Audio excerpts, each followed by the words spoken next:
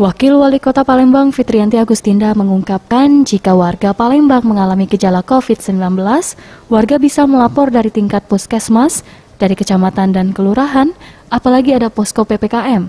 Asal warganya melapor dengan jujur jika ia tadinya bertemu dengan orang yang terkena COVID atau memiliki gejala COVID-19. Untuk warga yang misalnya mengalami gejala COVID-19 itu nanti bisa melapor dari tingkat puskesmas, dari tingkat kecamatan atau kelurahan. Apalagi kan sudah ada posko PPKM. Jadi nanti akan diarahkan, nanti berkoordinasi dengan tingkat puskesmas. Mereka yang akan datang melaksanakan pengecekan terutama terkait masalah COVID ini melalui PCR atau juga swab. Walaupun warga itu termasuk tidak mampu, semuanya akan ditanggung oleh pemerintah untuk pemeriksaan awal dan bahkan pengobatan, semuanya akan ditanggung.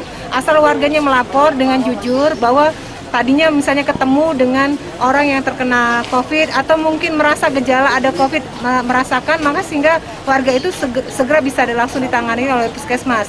Melalui cek dulu, setelah dipastikan melalui PCR atau mungkin rapid, setelah itu baru dilaksanakan pengobatan di rumah sakit. Tapi kalau seandainya tidak ada gejala, biasanya akan dilaksanakan di rumah. Jadi iya, karena cakupan wilayah puskesmas kan juga ada. Jadi setiap puskesmas yang ada ini mencakupi beberapa wilayah. Biasanya ada 3 sampai 2 wilayah kelurahan. Sehingga menjadi tanggung jawab dari setiap puskesmas untuk memastikan warga sehat. Apalagi saat ini kan ada pandemi COVID-19. Jadi ini ada tugas dari puskesmas untuk mengecek warganya, memastikan warganya bahwa kondisi mereka aman dan tidak ada yang mengalami musibah COVID-19.